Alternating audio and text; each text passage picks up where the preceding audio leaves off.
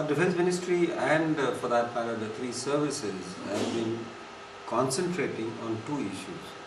One is phase out of HCFCs, which has already reached a status where the Army, Navy and the Air Force and the military itself has been very active and proactive.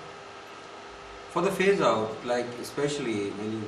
when it comes to the terms of CFCs and HCFCs and phase out of these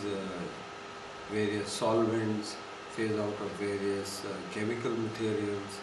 phase out of halon especially, which has been a very burning issue because of the critical use of halon which has been permitted to the military. Similarly, there is no critical use in terms of HCFCs and HFCs. And the military has been very proactive with the industry, and a large number of seminars are being held to ensure that we stay within the ambit of the Marshal protocol, and the military is not found to be lacking or wanting. It would be of interest for you to know that though despite the fact that the Marshal protocol was signed in 1987,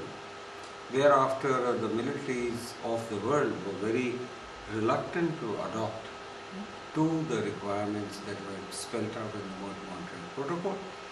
And slowly but surely, the military commanders then, despite the fact that they had to keep the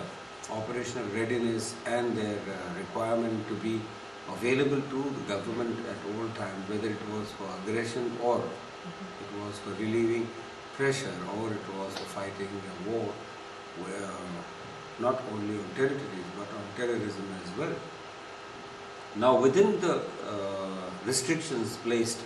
on the military generals, because they had to be very sure, a large portion of the military took time to adapt and to adopt to Montreal Protocol. But I am very happy to say that by 2007, almost all the stipulations given in the Montreal Protocol had been adapted to, and most of the phase out has already occurred in refrigeration, air conditioning and other appliances which are in use in the military. And I am sure you must be aware that large number of